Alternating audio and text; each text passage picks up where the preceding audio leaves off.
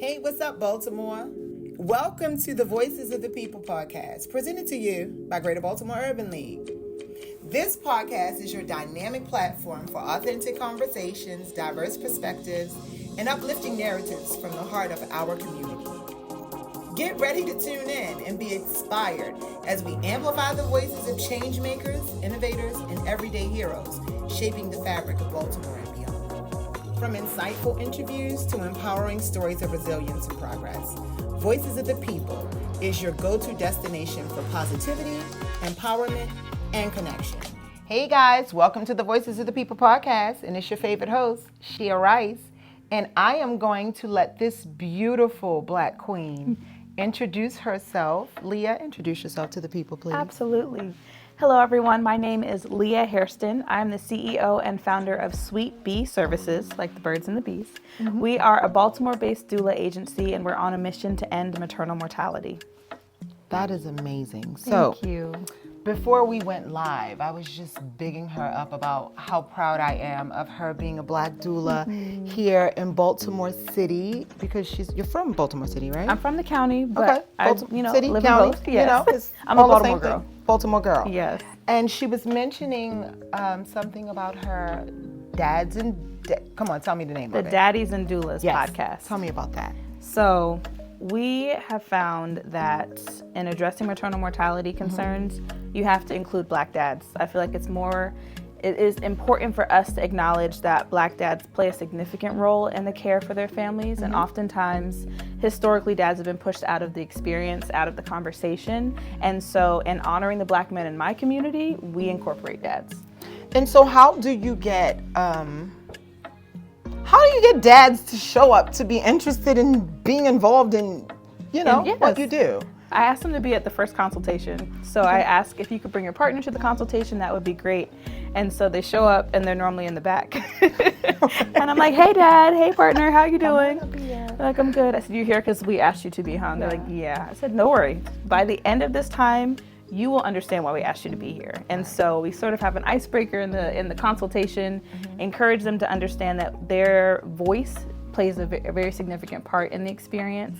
And also that this is their baby. Like, they're having a baby. I think that their contributions should be included. And so we include them in our prenatal appointments. We include them in our childbirth education classes, which are 4 weeks long. And so we spend 4 weeks talking about comfort measures and advocacy and how do you use your voice in the hospital space? How do you make sure that as a dad, as well as a birthing person, that you're not just relegated to the hospital bed or to the couch, but that you actually say, hey, I am this person's parent and this is what we have planned to have happen, and I need your support in that.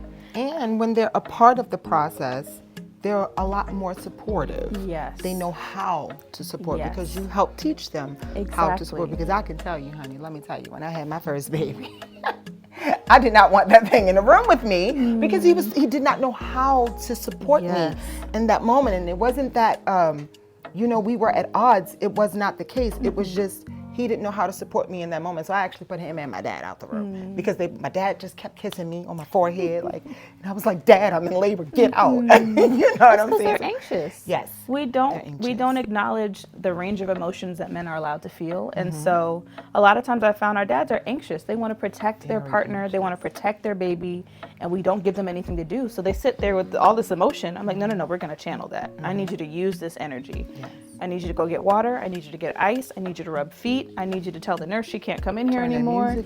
Turn the music up. Do whatever you need to do so that you can have a great experience. Exactly. And I encourage dads to be prepared to hold their baby, like to be one of the first people to hold your baby or to cut the cord. And we do like child prep classes, how to change a diaper, that's important. You should not be the only one changing diapers. Right. How to and they wipe up. You have to teach them to wipe down. Please make sure you tuck when you change the diaper. Yeah, and with boys, you got to go quick. It's like boom, boom. And hold one over and swipe it. Yeah. But they're like, oh, no one ever included me in this, so I didn't know what to do. Right. And then we also make sure that they know what they should be doing when their partner is feeding the baby. So a lot of times people assume, oh, I'm going to go to sleep when no, you're not. I need you to go get some snacks. I need you to get some more water. I need you to change diapers or burp babies. And so making it a very inclusive experience because our dads' voices matter. I love that. And you know what else I love about that? I love that you are getting these dads to be involved and to be calm, because this is one of the most beautiful moments of a woman's life, but it's also one of the scariest moments of our life, especially when you talk about the maternal health of the Black women. A lot of us don't make it. Yeah. And so having them there to support their women or their partners in those moments is amazing. Absolutely. Yes. And even like if we look in the media at the cases where people didn't know what to do, we have a process with our clients where we help track biodata. And so we're looking to see, are there any markers for preeclampsia? Are there any markers for other heart disease concerns or for mental health concerns? And what can your partner do to be the first line of defense? And so I often tell people, as your doula, I should be the echoing boombox. I should not be the first person to speak up on your behalf. You should be equipped with the knowledge and information you need to say, this is what's going on. Your partner can echo that, and then we can be the additional support. And we found that has been the thing that makes the biggest difference for our clients, is that if they feel something is off with their heart or something's off with their head, headaches are so common, and people assume, oh, it's just a headache, it's nothing. No, if you have a headache, most times our clients won't tell us the first couple moments or first couple instances, but their partner will. And they're quick to be like, hey, my partner's had a headache for the last 3 hours. Even that, I'm like, hours? What have we done? Have we had any water? Have we had any food? Have we been moving? What's happening? And if not, let's get to the hospital immediately. And thankfully, we've never lost a client. I've been doing this 8 years. We have over 100 families, and everybody is alive and thriving. That is amazing. And not all hospitals can say that, because they lose women, and not just Black women, but women period at record rates. The U.S. is the 10th deadliest, most resource country in the world. I do know that. That's and ridiculous. You would think that is insane with all of the resources that we have. It just shows that we need to have a heavier focus in women's rights and women's health and all things women, because at the end of the day, the world doesn't go on without us. You know what I'm saying? They need us. Absolutely. To populate the world. So I've always wondered, how is the relationship between the OBGYN and the doulas? Because is it ever like, how dare you come and step on my toes? Like, is it ever like that? It can be, but I like to think of us all as part of a big team. I like it. And so I explain to my clients, I explain to partners, anyone else, we as your doulas do not replace your doctors. I am not medically licensed to make diagnoses, to take blood pressure, any of that. Okay. What I am is a bridge. I have studied extensively what it looks like to be a birthing person in the hospital system. I know what medications they typically recommend. I know what interventions they typically recommend. I know what the medical language means. And so I give my clients that information in ways that are going to be most effective for them. You're an advocate for them. I'm an advocate and a translator. And so in that process, I help people understand, now you can take to your doctor their language. And that's really how you create a space for advocacy, because and I don't fault doctors for this. They're in a whole system that they have trained to be in. It's been many years of study. I respect that. And also they become stuck in a bubble. And so they speak the same language with the same people all the time. Over and over, and they don't dumb it down for us. Yeah, and they don't have the time to. If we're honest, like we might book an appointment that's supposed to be 30 minutes, but you might wait 45 minutes to get to the appointment, and then it's 10 minutes, and they probably are thinking, I need to go to the bathroom, I need something to eat, I have 10 other clients today. I respect that. But we spend at least an hour with our clients per session. And so in that hour, I get to know your family, your cousins, your past history and your experiences, who's your grandmama and how does that play a role in your care? And also, what are you concerned about? What are you scared about? What's making you feel anxious?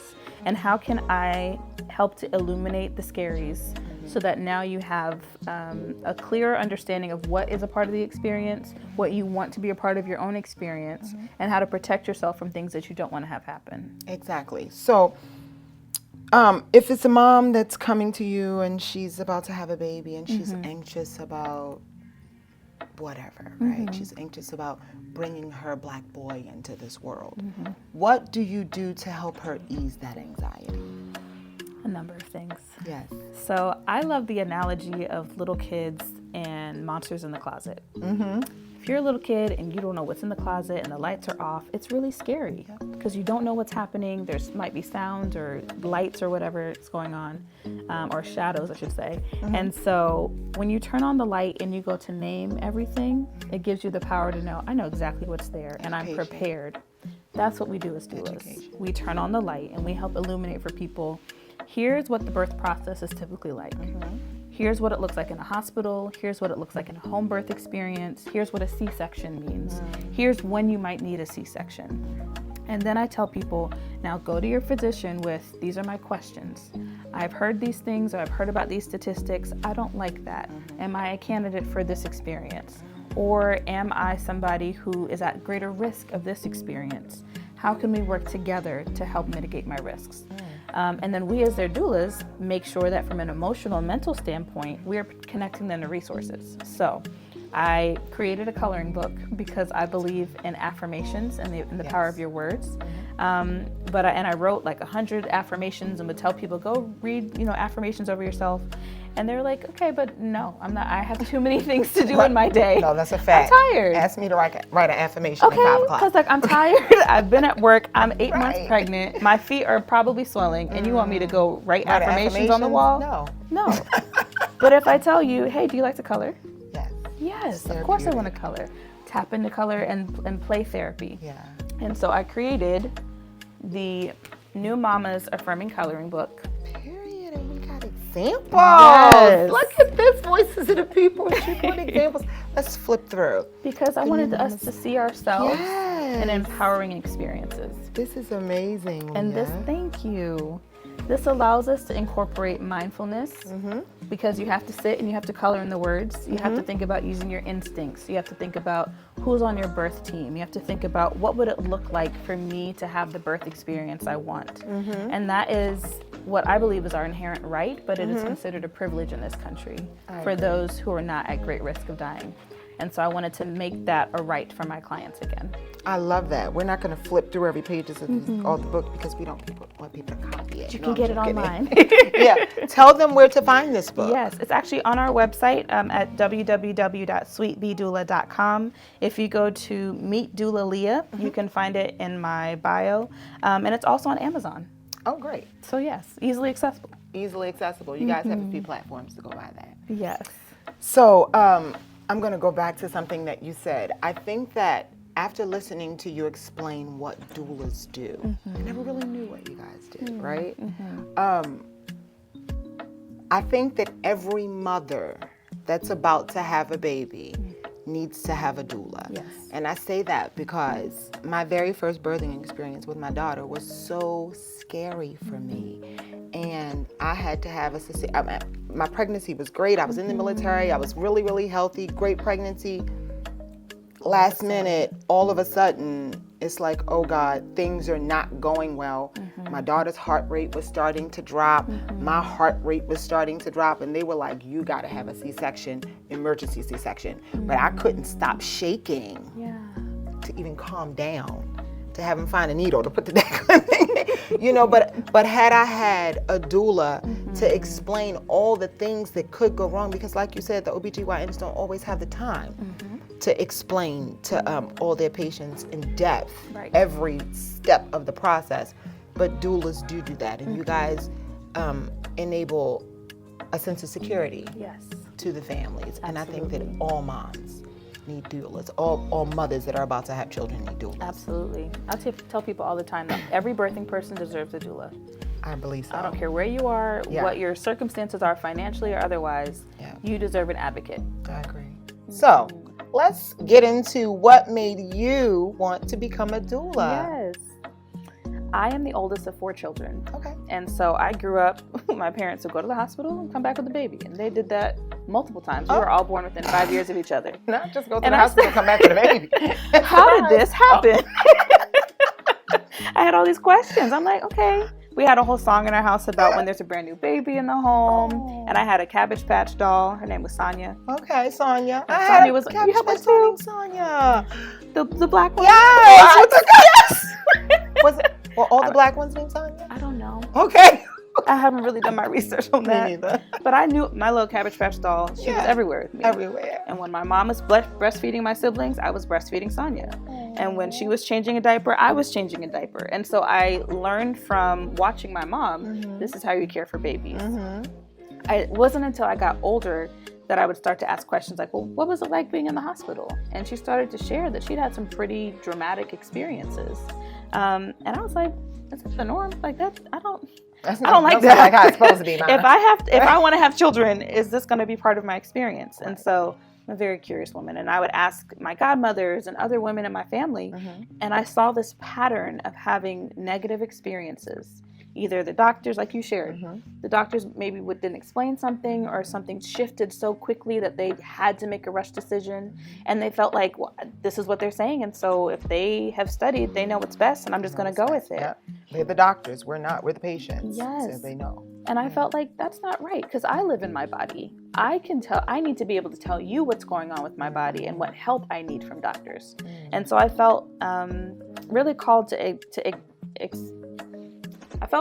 acknowledge that we hold power over our lived experiences, and that we have the power to dictate who helps us and who doesn't. Yes. And so I often will tell people, like, you hire your doctors, they don't hire you. Right. So that helps shift the power dynamic. But as I was navigating my own healthcare experiences, I was like, well, I have this mindset, but I don't know how to really act on it. I don't really know how to advocate for myself. And so I ended up going to social work school, and while I was in social work school, I kept hearing about the maternal mortality statistics, and it just felt wrong to me. I was like, I have 3 sisters. I don't want to have to pick which one of us has to die if we have a baby. Like, that doesn't sit well with me. So I equipped myself and became a doula. And when I tell you, it was the best thing that ever happened to me. Really? I was this young, spunky 20-something-year-old, like, I'm just going to go get trained as a doula. But my training was specifically for Black women. Great. And specifically around how to advocate in hospital spaces. And I was in New York City at the time, so I was traveling between the boroughs and like doing consultations with families and then supporting them in birth. And some of my most extreme experiences were in New York City because of the intersectional needs. Yes. But that, for me, solidified everybody needs a doula. And I want to make sure that as many people as possible are equipped with the knowledge of what birth should look like and how to advocate for the birth you want, no matter where they are. I love that. Thank you. So you mentioned that you went to school for social work. You do a specific type of social work, though, right? Talk to us about the specific type of social work that you do. I'm a perinatal social worker. I didn't think I was going to even say that. Okay, perinatal. So I explain to people that although I'm a non-traditional social worker, I'm not a clinical social worker. I never intended to be one. Okay. I appreciate them so much. Yes. And my goal in going to social work school was to actually focus on nonprofit management, entrepreneurship, and leadership. Okay. And so how do the organizations that help people help their communities, but also help those who work within them? And I have a background in working in nonprofits in education and crisis. And so I was like, I really want to make sure that the systems help people better. So when I got to social work school, I focused on systems, specifically with education and prison reform and immigration. And when I came back to Baltimore, I was like, well, I have this degree in macro social work, meaning systems and organizations. And but I really want to be a doula. And so I decided to build a business. As you should. And so as a macro social worker, I focus on perinatal support, meaning for birthing people and their infants. Okay. And so how do we help people who are pregnant or navigating reproductive healthcare experiences as they are trying to figure out what are my resources in the community and resources from a healthcare perspective? Okay. I think that what you do, what you're doing is amazing, and that is the heartbeat of building community, because you took your passion, you perfected your skill, and then you brought it back home. Yeah. And so I think that is what it's about. And you brought your skills back home to benefit your community here. And I think that is so important. Thank you. Yes. Your face was so serious. Thank you. Okay. I agree. No, because I truly felt called. I was like, and when I first went to New York, I figured, I've always wanted to live in a big city like this. Yeah. I went to Howard University for undergrad, so I love DC. And to be very honest, I think I took Baltimore for granted because when I was younger, I appreciated it, but I didn't understand all of the beauty that was here. Yeah. And so when I left which is what happens. Yeah. You leave and you realize, no, I love Baltimore. I love my city. I love it so deeply. I love the people here. I love the architecture here. I love the food here. Like, I bleed Baltimore. I'm like the unofficial ambassador. I tell people all the time, you got to move to Baltimore. You can't get a chicken box from anywhere else. I tried to order a chicken box in Virginia, and they gave me like a leg and a thigh, and it was like not a thing. Where's the mix? Like, no. Right. No, not a thing. You got to be here. Yeah. And so I think as I was like you said, honing my craft in another city, I also saw the impact of gentrification in New York at that time. And I said, you know what? I've seen it in DC. I saw it in New York, and I know it's coming to Baltimore real fast. And I don't want my community to feel the detrimental effects of it. I want to help protect it as much as I can. I love that. Yeah. So you attended the amazing Roland Park Country, right? I did. Yeah. So what did you take up? Because I know you guys get to take up majors while you're there, right? What did you take up? Yes. Yeah. What did you study while you were there? So ironically, I went to Roland Park Country School from 6th grade through 12th grade. Okay. So 7 of my formative years were RPCS. And I learned a lot while I was there. Yes, you did. I was there a long time. Yeah. And there are several skill sets that I'm really grateful for having learned at Roland Park. One of them is writing. When I went to Howard, I found that writing for me was a breeze, but it has been one of the ways I am most comfortable communicating because it allows me to take all the thoughts in my neurodivergent head and make it as concise as possible. But my writing skills were honed at Roland Park. Thank you to Mr. Rodney Rice for making us reiterate and really figure out how to communicate effectively. We also had to give speeches. And so my 8th grade... I love that. It was great. In the moment, I was like, I have to give a big speech. It teaches you so much. And it really did. Yeah. Because at 12, 13 years old, I had to give a 15-minute speech in front of the entire middle school. Yes. And my topic was human trafficking. And wow. Yes. And that is why... That's this is so easy today. For you right now. Yes. And she's like, yes. I love to talk about it. Yeah, that's why this is so easy. Because I've been doing this for 20 years. I've been having to give speeches. That's amazing. But I remember even back then I was watching like a NCIS episode, and it was about human trafficking. And my mind I was like, this happens to people. This happens to people who look like me regularly. Yes. And we live in Baltimore, which is along the I-95 corridor and central to many of the human trafficking considerations or instances that I had heard about. And so I was like, well, no, people need to know. Like I go to this all-girls school, people need to know. They're taking us. Yes, and thank God for my parents who were like, go ahead, give a speech about it. That's your topic. And so I spent about 3 months writing this speech around human trafficking and reproductive injustices and why it mattered to us even as teenagers. And I loved it. And then my senior project was I got a chance to shout out my OBGYN. And so my GYN at the time was a Black woman. Shout out to having a Black OBGYN. Privilege, Dr. Chastity Edwards. And oh, wow. Yes. And she got a real Black name, too. Chastity Edwards. I love it. Kindest lady. I remember she was a friend of a friend. That's amazing. Which is also such a privilege to have known Black women doctors at such a young age. And she let me shadow her for about 2 weeks. I got to go to all sorts of appointments and learn about perinatology, which are high-risk pregnancy doctors, learn about genetic testing and what that looked like, and understand, why do we do pap smears and what does it mean to do a polyp test for people.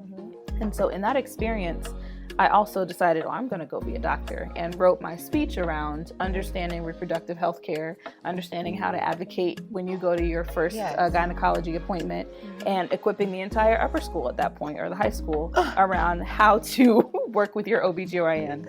So all my speeches. This is why we need pap smears. And I gave an entire presentation on pap smears. That is funny. Yes. Okay. So outside of being a perinatal social worker, I remember, and the CEO of your own doula company, what does Leah like to do other than recipes? I know you like to try new recipes. Yeah. What else do you like to do? I love to travel. Okay. I describe myself as a hodophile. It's a person who loves to travel. Yes. And Roland Park actually gave me my first opportunity to leave the country. And so when I was 14, I was a part of a German exchange student program and spent my 15th birthday in Germany. Oh. And I was the only Black girl on our trip. Yep. And I was like, this is really interesting to find myself in Leverkusen, Germany, and took German for a year to better understand the language and the culture. And that really solidified for me traveling with the intent of connecting with people. And my family is Afro-Latina, so also understanding like from a Caribbean background, from a Latin American background, from being Black, and no matter where in the world you are, what does it mean to honor and respect people when you travel to their country, and to not just be a tourist who's like, I'm popping up and I'm gonna be very American and leave. You know what? That is one of the reasons that a lot of my family and friends don't like to travel with me, is because they want to travel and they want to stay on the resorts and be all touristy, and I'm like, I want to go with the people. Take me outside. Take me outside with the people, because that's where you get the best food. That's where you get the best vibes. That's where you get the best energy. Yes. Like I want to go be with the people. Yes, I'm exactly the same way. Yes. Like all my friends know, if you can't find me, I'm probably out exploring. I'm on a food tour. I've met the bartender's cousin, and we went to this restaurant somewhere. I'm sending you my location. Yeah, that's right. No, safely. But I'm gonna make a friend. Exactly. See museums. Like I love to learn. Yes. So I hear you talk about your mom a lot. She's an inspiration for you, right? Is. Tell us a little bit more about that. Yeah. I am honored to have some incredibly strong and brilliant women in my family. My mom grew up in Trinidad and then came to the U.S. She was a U.S. citizen, but came back for high school. She went to Howard University and was the first of our family to go to Howard. And now all 4 of her children and her daughter-in-law are Bison. So we are a proud Howard family. That Trinidadian was not going to let you do it any other way, right? Not. Only the best. She's like, all of you guys will go to Howard. Okay. And so I'm really honored to be, I look a lot like my mom, but to, whenever people are like, oh, you have your mom's spirit, that's one of the biggest compliments because she's a brilliant, graceful woman. And she graduated like top of her class in zoology or something like that, and decided to pour into her 4 children and to show us what it looks like to be a wife and a mom. And she actually homeschooled us up until I was in 5th grade. Yes. That is hard to do. Yes. My hat goes off to her. Yes. I was like, Especially with 4 girls. She had 3 girls and 1 boy, yeah. Oh, 3 girls, 1 boy. Yes. Okay. But still. Well, that is a lot. Yes. 3 girls. And bless her heart. And we were all, like I said, we're all born within 5 years of each other. So we're very close in age. But I love my mom. Yeah. She's one of my friends now. Not like your little friend, but like, we have a good relationship. When you said mom, you kind of like lit up, and that's why I wanted to know that. No, I appreciate that. Okay. So if there was a little Black girl walking around the streets of Baltimore City and said, I want to be a doula, what would you say to her? Look at her. Talk to her. First, I think, come on, Queen, we about to talk to you. There's so much I would want to say to her. First, do not be ashamed of the calling that is on your life. I knew from a very young age I wanted to be a doula. And there's nothing wrong with being 5 or 6 or 10 and knowing that you want to help pregnant and birthing people. I would also say that it's important to find the resources that you need as soon as possible. So connect with another doula, tell people. I have a lot of mentees. I tell them all the time, you're never too young to be a doula. You're never too old to be a doula, so long as you know that is a calling on you. And to reach out and let people know, I want to be a doula. What should I do next? Go ahead and think about what trainings you want to take, figure out what mentorship program you'd like to do, because being a doula is both a calling and a career. And I'm on a mission to make it a career where you can make a living wage. And right now that's not the case. It's all voluntary? No, it's paid. But our career is not protected with rights like other careers. Yes. And the wage varies depending on your expertise and your clientele, etc. Okay. Yes. So I would tell you, young doula, to affirm and envision your career the way that you want it to look, and make sure that you align yourself with the possibilities and the opportunities that support you in that. You heard her, Queen. Can guys be doulas? Yes. You heard her, King. Absolutely. Okay. I didn't know if guys could be doulas. Yes, they absolutely can. Okay. Yeah. So, today, Leah, tell us anything that you have coming up, anything you have going on. If people want to be a part, get involved, how do we do that? How we get in touch with you? Tell us all that we need to know. Oh, we have lots of ways. Period. So, first thing would be to follow us on Instagram at Sweet Bee Services. Also, you can visit our website, www.sweetbeedoula, it's DOULA.com. And there you can learn more about our services, about our team, and about our why. So you can reach us on Instagram at Sweet Bee Services. It's SWEET as in Tom, B as in boy, EE Services. You can also find us online at www.sweetbeedoula.com. So www.sweetbeedoula.com. You can also spelling bee. I'm sorry. I was like, it's like follow all the letters. And then you can also find me on LinkedIn, Leah Hairston, and I'd love to connect with you. We have so much going on at Sweet Bee Services. We are currently hiring new doulas. We are also adding lactation counselors and therapists to our team. So if you know somebody who's interested in Maryland, DC, or Virginia, please go to our website, and we're happy to start that application process with you. We are also a part of Johns Hopkins Social Innovation Lab as 2024 cohort members, and we were one of 10 cohorts that were selected by the Johns Hopkins team to share about our new venture. And like I shared at the beginning, we're on a mission to end maternal mortality. Yes. And so what I found is that because postpartum is the deadliest time for families, that's where we're focusing our energy. And we are opening Salama Wellness, which is a 2-tiered approach to ending maternal mortality, both from traditional practices and innovative technological solutions. And so, well, there you have it, guys. Ms. Hairston is on a roll. Yes. You cannot be stopped, and we don't want to stop her. Today was amazing, Leah. Thank I you hope so that you much. enjoyed my energy because I enjoyed yours. I enjoyed yours so much. Thank you for sharing your energy with me, your story with me. Thank you. Yes, I appreciate you. Thank you. Well, there you have it. Voices of the People. We'll see you. Bye. Thanks, kings and queens, for joining us on the Voices of the People podcast. Until the next time, peace.